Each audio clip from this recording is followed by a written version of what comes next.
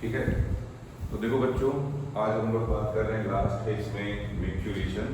तो बोल रहे हैं यूरिन रिलीज करने को हम लोग यूरिनेशन को मिक्चुरेशन भी कहते हैं। और यहाँ पे आप देखेंगे बेटा ये एक रिफ्लेक्स रिएक्शन है। पहले तो ये एक रिफ्लेक्स रिएक्शन है। कब जनरेट होती है? जब ब्लैडर आधा या आधे से ज़्यादा भरा हुआ होता है। तो जब ये आधा भरा होगा या आधे से थोड़ा ज़्यादा भरा होगा तब यूरिनेशन रिलीज होता है, मतलब जब ये रिफ्लेक्स रिएक्शन जनरेट होती है। बोल रहे हैं इसमें ब्लैडर का कॉन्ट्रैक्शन होगा, कॉन्ट्रैक्शन ऑफ ब्लैडर, रिलैक्सेशन होगा स्पिंचर का, तो ये यूरिन रिलीज होगी। बोल रहे हैं ध्यान रखिएगा, जनरली ये रिफ्लेक्स रिएक्शन है, मगर एडल्ट में ये वॉलंटरी रूप से ये जो है कंट्रोल किया जा सकता है, डिले किया जा सकता है, डिले कर सकते हैं। तो but in adult it can be delay voluntary, this delay can control by, बेटा इसके लिए इनिबिटरी सेंटर होता है, काम होता है पोन्स वेरोलाई में होता है, ध्यान रखिएगा। तो मिक्चुरेशन यूरिन रिलीज करने को, यूरिनेशन को हम लोग मिक्चुरेशन बोलते हैं। कब ये एक रिफ्लेक्स रिएक्शन है, ये कब रिफ्लेक्स जनरेट होता है? जब यूरिनरी ब्लैडर आधा या आधे से ज़्यादा भरा हुआ होता है। नॉर्मली एक रिफ्लेक्स रिएक्शन है, मगर एडल्ट में ये डिले किया जा सकता है वॉलंटरी फॉर्म में। इसका डिले सेंटर कहाँ होता है? पोन्स वेरोलाई में होता है, ठीक है। अब हम लोग बेटा आगे बात करने जा रहे हैं काउंटर करंट मैकेनिज्म की। तो देखिए काउंटर करंट मैकेनिज्म का काम क्या होता है? कंसंट्रेटेड यूरिन को रिलीज कराना, समझे। काउंटर बेटा कंसंट्रेटेड यूरिन कहाँ रिलीज हो सकती है? तो मैमल्स और बर्ड्स में रिलीज हो सकती है कंसंट्रेटेड यूरिन, ठीक। मैंने आपको बताया था बेटा, देखिए ये बताया था आपको कि ये ग्लोमेरुलस है, याद करिए, ये मैं बता चुका हूँ कि ये ग्लोमेरुलस है, ये बोमेन कैप्सूल है, देखिए ये बोमेन कैप्सूल है, ये पीसीटी है, ये लूप ऑफ हेनले है, ये लूप ऑफ हेनले है,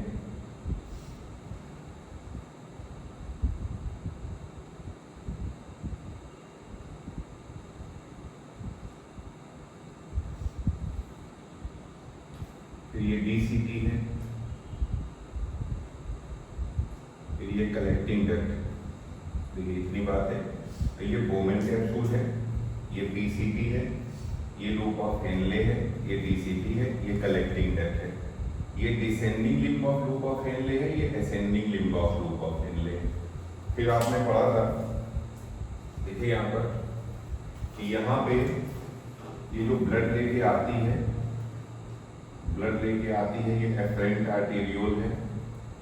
जो ब्लड लेके जाती है ये इफरेंट आर्टेरियोल है।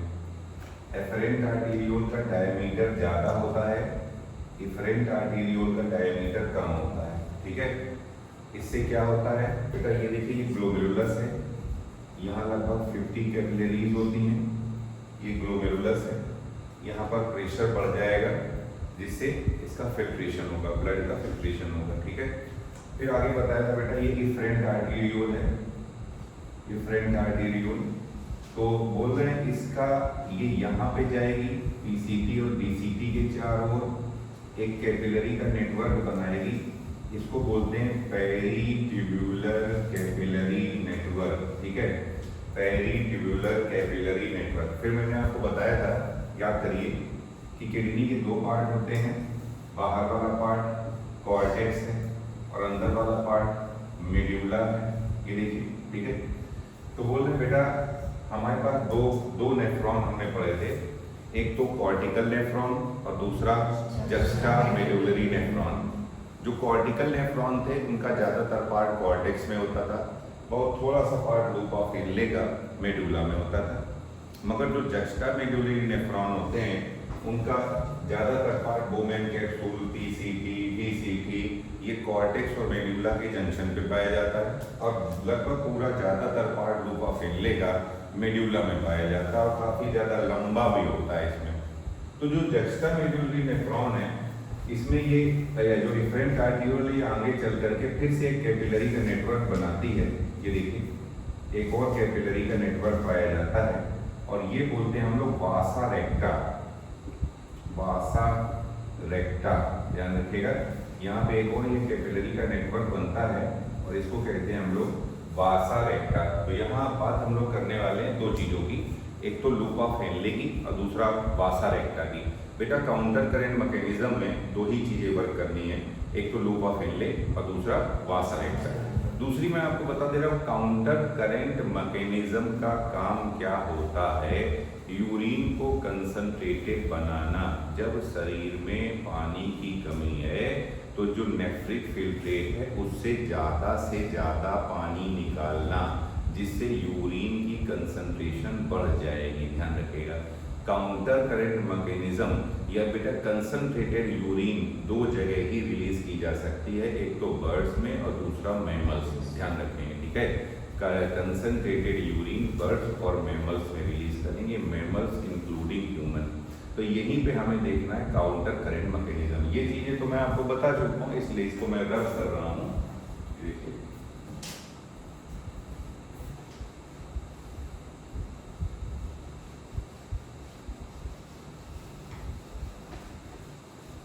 तो हम लोग बात कर रहे हैं कि ये कैसे काम करता है, काउंटर करंट मैकेनिज्म कैसे वर्क करेगा। तो देखो बच्चों, समझो जरा सा, यहाँ पर बेटा ये है आपका लूप ऑफ हेनले, ये है लूप ऑफ हेनले।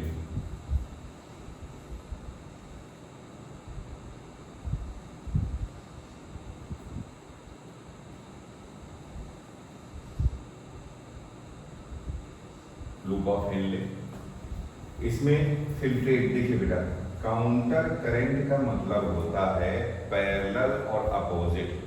दो करंट चल रही है आपकी, एक दूसरे के पैरेलल है और अपोजिट भी है, समझे। तो यहाँ पे एक तो देखो बेटा लूप ऑफ हेनले में एक ये descending limb of loop of Henle है और ये ascending limb of loop of Henle है। यहाँ पे जो नेफ्रिक फिल्ट्रेट है ये एक दूसरे के अपोजिट चल रहा है और पैरेलल चल रहा है। तो पहला क्वेश्चन है कि काउंटर करंट मैकेनिज्म कहाँ ऑपरेट करेगा, कहाँ ऑपरेट करेगा।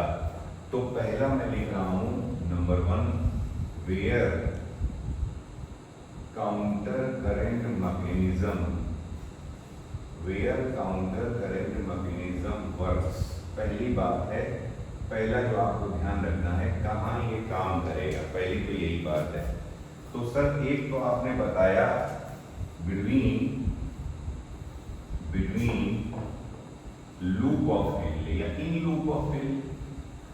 तो पहला काम करेगा loop of Henley, loop of Henley में काम करेगा, ठीक है। दूसरा सर और कहाँ काम करेगा, अभी बताया बेटा आपने यहाँ पे पढ़ा है वासा रेक्टा। वासा रेक्टा कॉर्टिकल नेफ्रॉन में नहीं पाया जाता है, जस्टा मेड्यूलरी नेफ्रॉन में ही पाया जाता है। तो यहाँ इसके पैरेलल में जो दूसरी लाइन जा रही है ये है वासा रेक्टा। ये देखिए ये वासा रेक्टा,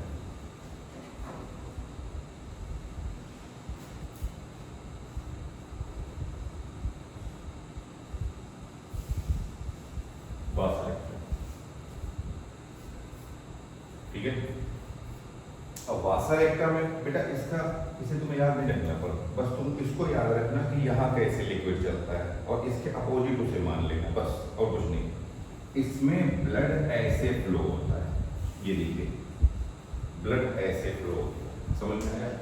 तो आपको काउंटर करंट मैकेनिज्म जब पढ़ना है तो बस दो चीजें पढ़नी है, एक तो आपका लूप ऑफ हेनले और दूसरा समझना है यहाँ पे वासा रेक्टा। वासा रेक्टा को, सिर्फ वासा रेक्टा को देखो तो देखो ये जो ब्लड है बेटा ये दोनों में अपोजिट डायरेक्शन में चल रहा है, ठीक है। तो यहाँ पर एंटी पैरेलल चल रहा है, अपोजिट डायरेक्शन में चल रहा है। तो यहाँ पे एक और मिल गया सर, और कहाँ काउंटर करंट मैकेनिज्म काम करेगा, तो दूसरा काउंटर करंट मैकेनिज्म काम करेगा वासा रेक्टा। वासा रेक्टा में काम करेगा। क्या और भी कहीं आपको कुछ ऐसा दिख रहा है जो पैरेलल हो, एंटी पैरेलल हो एक दूसरे के? तो देखो बेटा वासा रेक्टा और लूप ऑफ हेनले ये भी तो एंटीपैरेलल है। तो काउंटर करंट मैकेनिज्म तीसरा कहाँ काम करेगा? Vasa recta and loop of Henle. तो तीसरा जो देखना है between vasa recta and loop of Henle या हेनले लूप भी बोल सकते हैं, ये हेनले लूप लिखा हुआ है, ठीक है। यहाँ पे तो यहाँ लूप ऑफ हेनले में इसकी दो आर्म्स के बीच में, और इसमें भी इसकी दो आर्म्स के बीच में, ये देखिए। और तीसरा कहाँ है? Between vasa recta and loop of Henley. पहले तो ये क्लियर हुआ आपको। पहला मैंने क्या बताया था? देखिए काउंटर करंट मैकेनिज्म का काम क्या है, पहले तो ये चीज याद होनी चाहिए। काउंटर करंट मैकेनिज्म का वर्क क्या है, क्यों ये काम करता है? जिससे आप कंसंट्रेटेड यूरिन रिलीज कर सके, ठीक है। कंसंट्रेटेड यूरिन कहाँ कहाँ रिलीज होती है? मैमल्स और बर्ड्स में, इंक्लूडिंग ह्यूमन, ठीक। फिर बताया आपके नेफ्रॉन दो तरीके के हैं, पहला कॉर्टिकल नेफ्रॉन और दूसरा जस्टामेडुलरी नेफ्रॉन, ठीक है।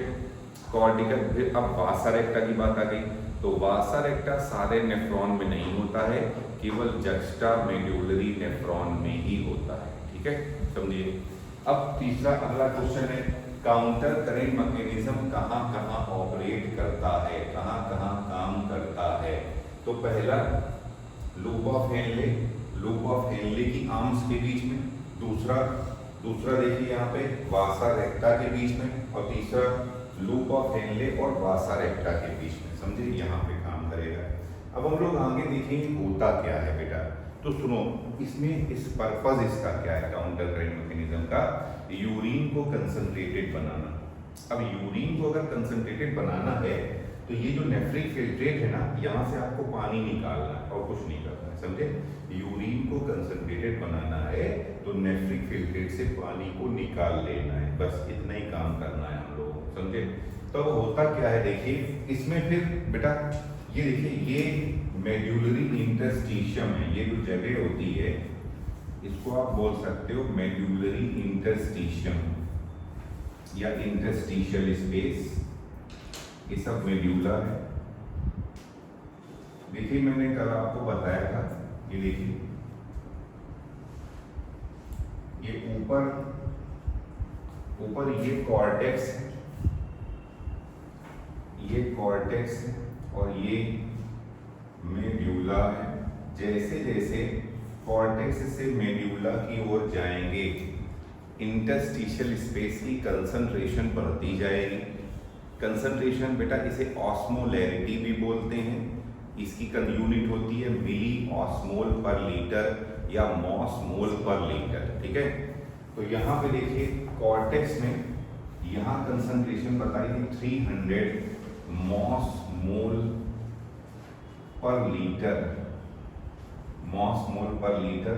थोड़ा नीचे आएंगे मेडुला में तो यहाँ मिलेगी 400 मॉस मोल पर लीटर, और नीचे जाएंगे तो 600 मॉस मोल पर लीटर, और नीचे जाएंगे तो 800 मॉस मोल पर लीटर, और नीचे आएंगे 1000 मॉस मोल पर लीटर, ठीक है। इसके बाद एकदम इसके मेडुला की टिप के आसपास आएंगे, लूप ऑफ हेनले की टिप पे आएंगे तो यहाँ पे 1200 मॉस मोल पर लीटर लगभग आ जाएगी मेडुला की से लूप ऑफ हेनले की टिप की अगर बात करें। तो जैसे जैसे आप कॉर्टेक्स से मेडुला में जाएंगे, मेड्यूलरी इंटरस्टिशियम की कंसंट्रेशन बढ़ती जाएगी, ठीक है। अब हमें करना क्या है, हमें यहाँ से पानी निकालना है। बेटा आपको बताया था ये descending link of loop of Henle, ये ascending link of loop of Henle है। ये वाटर के लिए परमिएबल होता है, सॉल्ट के लिए इम्परमिएबल होता है। ये सॉल्ट के लिए परमिएबल होता है, वाटर के लिए इम्परमिएबल होता है। ये कलेक्टिंग डक्ट है, देखिए ये कलेक्टिंग डक्ट है।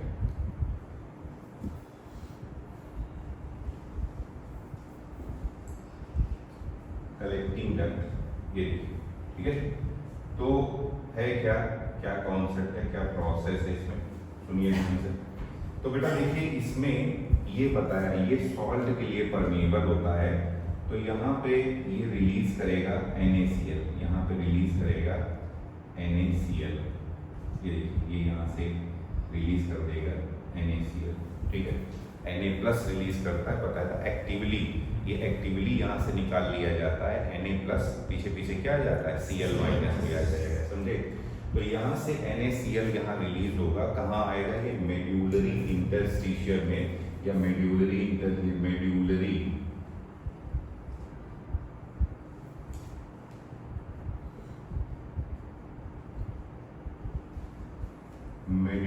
इंटरस्टिशियम में आ जाएगा, समझे, जिससे यहाँ देखिए कंसंट्रेशन बढ़ेगी। दूसरा तो एक तो सॉल्यूट बेटा इस एरिया की कंसंट्रेशन बढ़ानी है, तो इसके लिए कौन कौन से सॉल्यूट, तो काउंटर करंट मैकेनिज्म में सॉल्यूट कौन कौन से काम करते हैं, सॉल्यूट। तो पहला होता है यहाँ पे NaCl एक सॉल्यूट काम करता है। दूसरा बेटा देखिए ये कलेक्टिंग डक्ट है, कलेक्टिंग डक्ट से कुछ अमाउंट में यूरिया भी डिफ्यूज होकर के यहाँ आ जाता है, समझे। और क्योंकि यहाँ है तो पक्का यहाँ से डिफ्यूज होकर के ये यहाँ आ जाएगा, मेड्यूलरी इंटरस्टिशियम में आ जाएगा, ये यूरिया यहाँ आ जाएगा।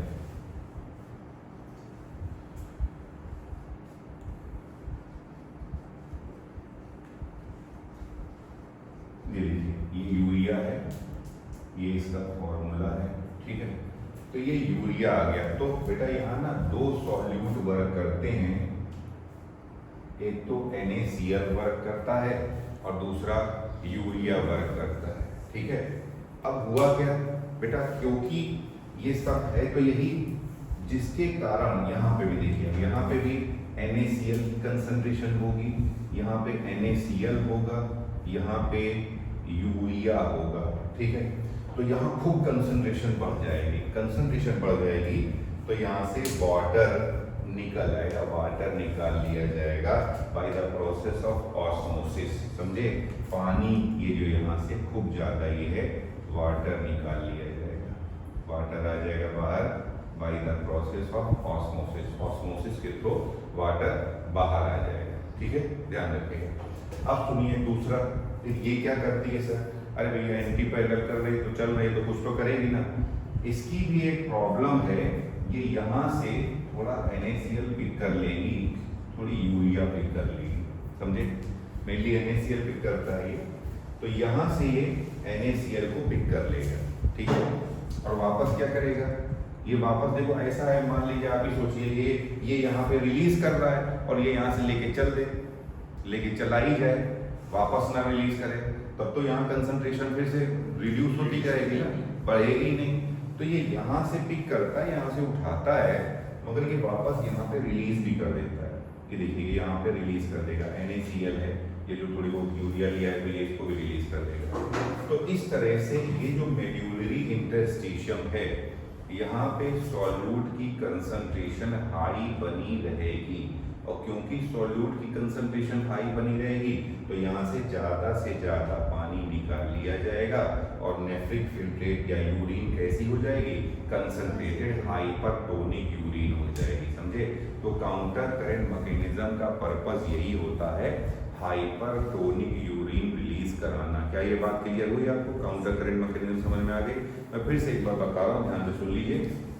सबसे पहले तो काउंटर करंट मैकेनिज्म से कुछ बातें, पर्पस, पहला पर्पस क्यों काम करता है, ताकि हाइपरटोनिक यूरिन रिलीज करी जा सके।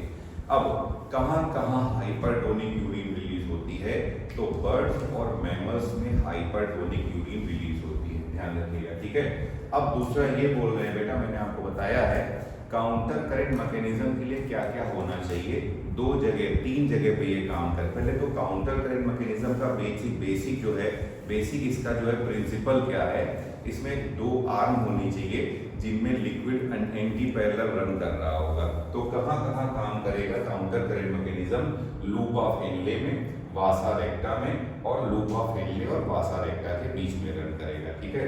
दूसरा, इस काउंटर करंट मैकेनिज्म में ये देखिए ये मेड्यूलरी इंटरस्टिशियम है, ये देखिए बेटा बताया था वासा रेक्टा सभी नेफ्रॉन में नहीं पाया जाता है, जक्स्टा मेड्यूलरी नेफ्रॉन में ही पाया जाता है, इसलिए जक्स्टा मेड्यूलरी नेफ्रॉन में ही ये वर्क करेगा, ठीक है। तो वहीं पे ज्यादा यूरिन को हाइपरटोनिक बनाया जाएगा। अब यहाँ पे ये जो मेड्यूलरी इंटरस्टिशियम है इसकी कंसंट्रेशन ज्यादा बनाए रखना है, हाई बनाए रखना है, ध्यान रखिएगा, ठीक है। तो ये descending limb of loop of Henle है, ये ascending limb of loop of Henle है। ये वाटर के लिए परमेबल होता है, सॉल्ट के लिए इम्परमेबल होता है, ये सॉल्ट के लिए परमेबल होता है, वाटर के लिए इम्परमेबल होता है। तो यहाँ से ये NaCl रिलीज कर देगा, ये NaCl मेड्यूलरी इंटरस्टिशियम में आ जाएगा। तो काउंटर करंट मैकेनिज्म के लिए जो पहला सॉल्यूट रिस्पॉन्सिबल होता है ये NaCl होता है। और दूसरा देखिए ये कलेक्टिंग डक्ट है, कलेक्टिंग डक्ट भी यूरिया यहाँ से कुछ अमाउंट में इससे यूरिया डिफ्यूज होकर के यहाँ आएगी और ये डिफ्यूजन के थ्रू जो है यहाँ पर मेड्यूलरी इंटरस्टिशियम में आ जाएगी। तो दूसरा सॉल्यूट जो यहाँ पे मेड्यूलरी इंटरस्टिशियल स्पेस की कंसंट्रेशन को बढ़ाने का काम करता है ये यूरिया होता है। तो यहाँ पे अब देखिए मेड्यूलरी इंटरस्टिशियम में कंसंट्रेशन बढ़ गई है, तो यहाँ पे वाटर ऑस्मोसिस के थ्रू बाहर आ जाएगा, जिससे इसका जो है ये नेफ्रिक फिल्टर या यूरिन आपकी हाइपरटोनिक होगी। दूसरा मैंने आपको बताया ये है आपका वासा रेक्टा, इसकी ये जो आर्म है ये यहाँ से NaCl को और यूरिया को पिक कर लेगी और यहाँ पे वापस NaCl और यूरिया को रिलीज कर देगी। बेटा याद रखिएगा जैसे जैसे आप कॉर्टेक्स से मेडुला की ओर जाते हैं कंसंट्रेशन लगातार बढ़ती जाती है। कॉर्टेक्स में शुरुआत में बेटा कंसंट्रेशन को यहाँ पे मॉस मोल पर लीटर इसकी यूनिट होती है, मिली ऑस्मोल पर लीटर में डिफाइन करते हैं। तो यहाँ पे 300 मॉस मोल पर लीटर, नीचे आएंगे 400 मॉस मोल पर लीटर और नीचे जाएंगे 600 मॉस मोल पर लीटर, फिर 800 मॉस मोल पर लीटर, फिर 1000 मॉस मोल पर लीटर, यहाँ पे जाएंगे तो 1200, ये आपके लूप ऑफ हेनले की टिप पे जाएंगे लगभग, तो यहाँ पे 1200 मॉस मोल पर लीटर आएगी। तो ये होता है काउंटर करंट मैकेनिज्म, इस तरह से ऑपरेट करता है, ठीक है। तो मैंने आपको बताया था कि जो अमोनिया होता है ये काफ़ी ज़्यादा टॉक्सिक होता है। तो हम लोग की जो लीवर होता है, लीवर में अमोनिया को यूरिया में कन्वर्ट कर दिया जाता है। तो ये देखेंगे अमोनिया को यूरिया में कन्वर्ट करते हैं, तो इसे ऑर्निथिन साइकिल कहते हैं, या इसी को हम लोग जब देखो बच्चों यूरिया साइकिल कहते हैं, इसी को क्रेब हेंसलेट साइकिल भी कहते हैं, क्योंकि क्रेब एंड हेंसलेट ने दिया था 1932 में, इसे सिट्रुलिन साइकिल भी कहते हैं। कहाँ होती है ये माइटोकॉन्ड्रिया में होती है, लीवर सेल, ध्यान रखिएगा, लीवर सेल के माइटोकॉन्ड्रिया में होती है ये, यहीं पे यानी कि यही वो जगह है जहाँ पर मैक्सिमम यूरिया का फॉर्मेशन होगा। इसके अलावा ध्यान रखेंगे ब्रेन सेल और किडनी सेल में भी होती है, तो मेनली लीवर सेल के माइटोकॉन्ड्रिया में होती है, यही वो जगह है जहाँ ज़्यादा आपका यूरिया का फॉर्मेशन होता है। और इसके अलावा ब्रेन सेल और किडनी सेल में भी होती है। बस एनसीईआरटी में जो दिया है वही हमें याद रखना है। बोल रहे यहाँ पर बेटा ये इक्वेशन याद रखेंगे, 2NH3 + CO2 it gives urea NH2CONH2, यहाँ पे वाटर निकल जाएगा। इस प्रोसेस में एक यूरिया का एक मॉलिक्यूल बनाने में 4 ATP खर्च हो जाएंगे, ध्यान रखिएगा, यूरिया का एक मॉलिक्यूल बनाने में 4 ATP खर्च हो जाएंगे, ये याद रखिएगा। तो यहाँ अमोनिया और CO2 रिएक्ट करेगी और यूरिया बन जाएगा और 4 ATP लगेगा, ठीक है। तो फिर से मैं एक बार बता रहा हूँ आपको कि अमोनिया हम लोगों के लिए टॉक्सिक होता है, इसलिए अमोनिया को यूरिया में कन्वर्ट कर दिया जाता है किस साइकिल से, ऑर्निथिन साइकिल या यूरिया साइकिल या क्रेब हेंसलेट साइकिल। समझे कब दिया था, 1932 में दिया था। इसी का दूसरा नाम जो है सिट्रुलिन साइकिल भी होता है, ठीक है। कहाँ होती है ये, लीवर सेल के माइटोकॉन्ड्रिया में होगी, यहीं पे मैक्सिमम यूरिया का फॉर्मेशन होता है। इसके अलावा और कहाँ होती है, ब्रेन सेल और किडनी सेल में होगी। क्या होगी, इक्वेशन क्या है, 2NH3 + CO2, यहाँ पे 1 मोल आपका यूरिया बनेगा, वाटर रिलीज हो जाएगा। यहाँ एक मॉलिक्यूल यूरिया को बनाने के लिए 4 ATP खर्च होंगे। अब ये दूसरे टर्म में बेटा अभी बताया था ऑस्मोलैरिटी, कंसंट्रेशन को डिफाइन कर रहे हैं। डेफिनेशन याद रखेंगे, solute concentration in 1 litre of solution, 1 litre solution में कितना सॉल्यूट पाया जाएगा, इसी को हम लोग ऑस्मोलैरिटी कहते हैं, ठीक है। या number of moles of solute in 1 litre of solution, 1 litre solution में कितना मोल सॉल्यूट पाया जाएगा, इसी को बोलते हैं हम लोग ऑस्मोलैरिटी, ठीक है। यूनिट क्या होती है बेटा इसकी, मिली ऑस्मोल पर लीटर, या इसी को बोल सकते हैं मॉस मोल पर लीटर, ठीक है, ऐसे हम लोग डिफाइन कर सकते हैं। फिर अब आ जाओ बेटा ऑस्मो रेगुलेटर। ऑस्मो मतलब ऑस्मोलैरिटी, बॉडी फ्लूइड की कंसंट्रेशन, और रेगुलेटर मतलब रेगुलेट करने वाले। ये दो टर्म होते हैं, एक तो आ गया रेगुलेटर और एक तो हो गया कन्फर्मर। कन्फर्मर मतलब टू कन्फर्म, जैसे तुम हो वैसे हम हो जाएंगे, और रेगुलेटर मतलब नहीं भैया हम तो वैसे ही बने रहेंगे, तुमसे हमसे कोई लेना देना नहीं, समझे। तो ये रेगुलेट करते हैं, जो अपने बॉडी फ्लूइड्स की कंसंट्रेशन को रेगुलेट कर लेंगे, एक कांस्टेंट रेंज में रखेंगे। भले ही भैया आ जाओ इस दुनिया में, दूसरी दुनिया से यहाँ आ गए हो ना, चले तो नहीं गए, है ना, सब लोग होश में हो ना भैया, चलिए आइए वापस यहाँ पे। तो ये हो जाता है ना, कभी बच्चा दूसरी दुनिया में चला जाता है तो हम बुलाते रहते हैं, बेटा आ जाओ, कोई बात नहीं, शरीर से बैठा होता है, आत्मा उधर इधर उधर उड़ के चली जाती है उसकी, है ना। तो सभी लोग जाते रहिए, आराम से इधर देखते रहिए और कोशिश करिए आपकी आत्मा आपके शरीर के अंदर बनी रहे, भाग ना जाए क्लास छोड़ करके, ठीक है। तो आइए भैया, ठीक हो पीछे, हाँ आइए वापस यहाँ पे। तो ये कह रहे हैं, ये समझिए, तो ऑस्मो रेगुलेटर्स, इनके बॉडी फ्लूइड की कंसंट्रेशन एक कांस्टेंट रेंज में बनी रहेगी, भले ही इन्वायरमेंट की कंसंट्रेशन चेंज होती रहेगी। इन्हें ऑस्मो रेगुलेटर बोलते हैं, नैरो रेंज होती है इनकी कंसंट्रेशन की, ध्यान रखिएगा। क्या है एग्जांपल में, ऑल वर्टिब्रेट, सारे के सारे वर्टिब्रेट, मगर याद रखिएगा हैग फिश भी एक वर्टिब्रेट है, बट ये ऑस्मो कन्फर्मर होती है, ध्यान रखिएगा। हैग फिश भी एक आपका वर्टिब्रेट है, बट ये ऑस्मो कन्फर्मर है। टर्म आ गया सर ऑस्मो कन्फर्मर। कन्फर्म मतलब जैसे हो तुम हो वैसे ही हम हो जाएंगे। तो इनकी कंसंट्रेशन या इनके बॉडी फ्लूइड की कंसंट्रेशन या ऑस्मोलैरिटी इन्वायरमेंट की कंसंट्रेशन के साथ चेंज होती जाती है, समझे। तब इनको ऑस्मो कन्फर्मर बोलते हैं। सारे all marine invertebrate and some fresh water invertebrate. और बेटा हैग फिश क्या होती है? हैग फिश जो है वर्टिब्रेट है, बट बताया बेटा ये ऑस्मो कन्फर्मर है, ठीक है। चलिए नोट कर लीजिए इसको। इधर देखिए, तो हम लोग देखने जा रहे हैं osmoregulatory role of kidney, कैसे ये ऑस्मो रेगुलेशन का काम करती है। तो बोल रहे हैं बेटा इसमें दो सिचुएशन है। एक तो जब हमारे शरीर में वाटर का अमाउंट ज़्यादा है, ज़्यादा हम लोग फ्लूइड इनटेक कर रहे हैं, ज़्यादा पानी पी रहे हैं, या ऐसा फूड कंज्यूम कर रहे हैं जिसमें ऑलरेडी वाटर का अमाउंट ज़्यादा है, काम कम कर रहे हैं, तो बोल रहे हैं when excess of water is present, तो यूरिन जो है बेटा, यूरिन हाइपोटोनिक हो जाएगा। कैसे कैसे हाइपोटोनिक हो जाएगा ये हम लोग समझ रहे हैं। तो पहला increase ultra filtration, ultra filtration बढ़ जाएगा। इंक्रीज अल्ट्रा फिल्ट्रेशन, तो बेटा अल्ट्रा फिल्ट्रेशन बढ़ेगा, क्यों, कैसे बढ़ेगा अल्ट्रा फिल्ट्रेशन? तो बेटा जब आपके ज़्यादा शरीर में वाटर का अमाउंट ज़्यादा होता है ना, तो ब्लड का भी वॉल्यूम रिलेटिवली बढ़ जाएगा। अगर ब्लड का वॉल्यूम बढ़ जाएगा तो जो एफरेंट आर्टेरियोल में ब्लड आ रहा होगा उसमें ब्लड प्रेशर रिलेटिवली ज़्यादा होगा, समझे। और दूसरा जो ग्लोमेरुलस में आएगा वहाँ पे भी प्रेशर ज़्यादा होगा। तो ग्लोमेरुलस में जो प्रेशर लगता है उसे ग्लोमेरुलर फिल्ट्रेशन प्रेशर कहते हैं। और क्योंकि ग्लोमेरुलर फिल्ट्रेशन प्रेशर, यह है ग्लोमेरुलर फिल्ट्रेशन प्रेशर, और क्योंकि ग्लोमेरुलर फिल्ट्रेशन प्रेशर ज़्यादा होगा तो ग्लोमेरुलर फिल्ट्रेशन रेट भी ज़्यादा होगी, जिससे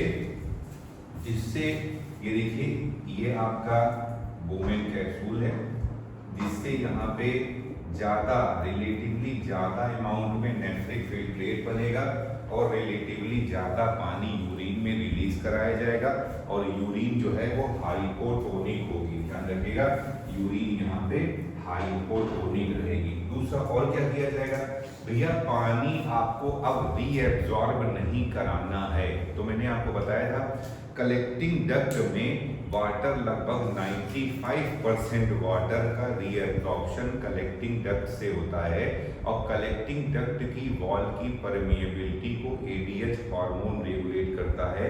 इसे एंटी डायूरेटिक हार्मोन या वेसोप्रेसिन भी बोलते हैं। अब ब्लड वॉल्यूम बढ़ गया, पहले तो वेसोप्रेसिन देखिए कौन सेक्रीट करता है? तो हाइपोथैलेमस सेक्रीट करता है, और पोस्टीरियर पिट्यूटरी में बेटा ये स्टोर रहता है, समय पड़ने पे यहाँ से रिलीज किया जाता है।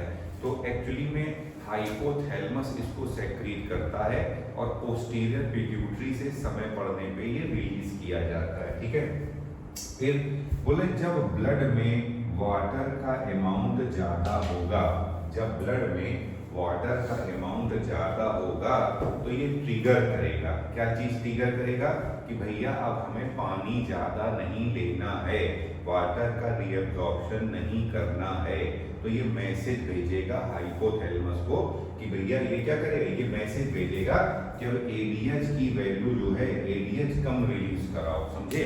तो ये मैसेज जाएगा पिट्यूटरी को, मैसेज जाएगा कि एडीएच दो, कम रिलीज करो, तो एडीएच कम निकलने लगेगा। और जब एडीएच कम रिलीज होगा तो कलेक्टिंग डक्ट से वाटर का रीअब्जॉर्प्शन कम होगा और यूरिन हाइपोटोनिक बनी रहेगी, ज्यादा यूरिन की रिलीज होगी। ठीक है, तो ये पहली कंडीशन, पहली सिचुएशन हमने देख ली है। पहली सिचुएशन क्या थी? जब हमारे शरीर में पानी का अमाउंट ज्यादा है, जब पानी का अमाउंट ज्यादा होगा तो ब्लड वॉल्यूम रिलेटिवली ज्यादा होगा, एफरेंट आर्टेरियोल में ब्लड प्रेशर ज्यादा होगा, ग्लोमेरुलस में भी ब्लड प्रेशर ज्यादा होगा, समझे। तो ग्लोमेरुलर फिल्ट्रेशन प्रेशर ज्यादा होगा, ग्लोमेरुलर फिल्ट्रेशन रेट ज्यादा होगी, ज्यादा यूरिन का नेफ्रिक फिल्ट्रेट का वॉल्यूम ज्यादा होगा और यूरिन भी हाइपोटोनिक रहेगी। अब ब्लड में पहले से ही पानी ज्यादा है तो भैया मैंने बताया एडीएच कौन रिलीज करता है? कौन सेक्रेट करता है? हाइपोथैलेमस। और फाइनली रिलीज कौन करेगा? Posterior pituitary. तो ये कह रहे हैं कि पहले से ही जब ब्लड में वाटर का अमाउंट ज्यादा होगा तो ये पिट्यूटरी को मैसेज भेजेगा कि अब आप एडीएच को कम रिलीज कराइए। एडीएच कम निकलेगा तो कलेक्टिंग डक्ट से वाटर का रीअब्जॉर्प्शन कम होगा और वह यूरिन आपकी हाइपोटोनिक बनी रहेगी। ये तो पहली सिचुएशन हो गई। अब हम लोग दूसरी सिचुएशन देख रहे हैं। बताया था बेटा, मान लो हम लोग बहुत ज्यादा एक्सरसाइज कर रहे हैं, वाटर का लॉस बहुत ज्यादा हो गया है, फ्लूइड इनटेक हमारा बहुत कम है, या कभी चोट लग जाए, मान लो चोट लग जाए और ब्लड आपका थोड़ा निकल जाए, ब्लड निकलने से भी तो ब्लड का अमाउंट आपका कम हो जाएगा ना, समझे। और ब्लड के साथ साथ पानी भी निकल गया। तो कभी देखना अगर आपको चोट लगी हो तो चोट लगने के बाद मुंह सूखने लगता है थोड़ा सा, समझे, क्योंकि वो ब्लड का अमाउंट कम हो जाता है, समझे, पानी का भी साथ साथ अमाउंट कम हो जाता है। आइए अब यूरिन क्या करना है? हाइपरटोनिक रिलीज करनी है। आइए देखना पे, तो पहला तो क्या है, अब भैया ब्लड का अमाउंट ही कम हो गया है, पानी कम हो गया है तो ब्लड का वॉल्यूम कम हो जाएगा, ब्लड का वॉल्यूम कम हो जाएगा तो ग्लोमेरुलर फिल्ट्रेशन, बेटा मायोजेनिक कंट्रोल बोल रहे हैं, ये देखिए मायोजेनिक कंट्रोल। तो ये जो आपका एफरेंट आर्टेरियोल है, ये एफरेंट आर्टेरियोल लिखा हुआ है, एफरेंट आर्टेरियोल में कंस्ट्रिक्शन हो जाएगा, लेस ब्लड कम ब्लड जाने लगेगा ग्लोमेरुलस में, और ग्लोमेरुलर फिल्ट्रेशन प्रेशर कम हो जाएगा, जिससे ग्लोमेरुलर फिल्ट्रेशन रेट भी कम हो जाएगी। ध्यान रखिएगा, मायोजेनिक कंट्रोल बोलते हैं यहाँ पर। तो जब ब्लड में ब्लड का वॉल्यूम कम हो जाएगा, भाई पानी कम होगा तो ब्लड का भी वॉल्यूम कम हो जाएगा, तो ये जो एफरेंट आर्टेरियोल है ये कंस्ट्रिक्ट हो जाएगी, ग्लोमेरुलस में रिलेटिवली कम ब्लड जाने लगेगा, ग्लोमेरुलर फिल्ट्रेशन प्रेशर कम हो जाएगा, ग्लोमेरुलर फिल्ट्रेशन रेट कम हो जाएगी, कम नेफ्रिक फिल्ट्रेट बनेगा, हाइपरटोनिक यूरिन बनने लगेगी, हाइपरटोनिक यूरिन रिलीज होगी। इसके अलावा और कैसे ये सिचुएशन में क्या क्या काम होगा ये मैं आपको आगे बता रहा हूँ।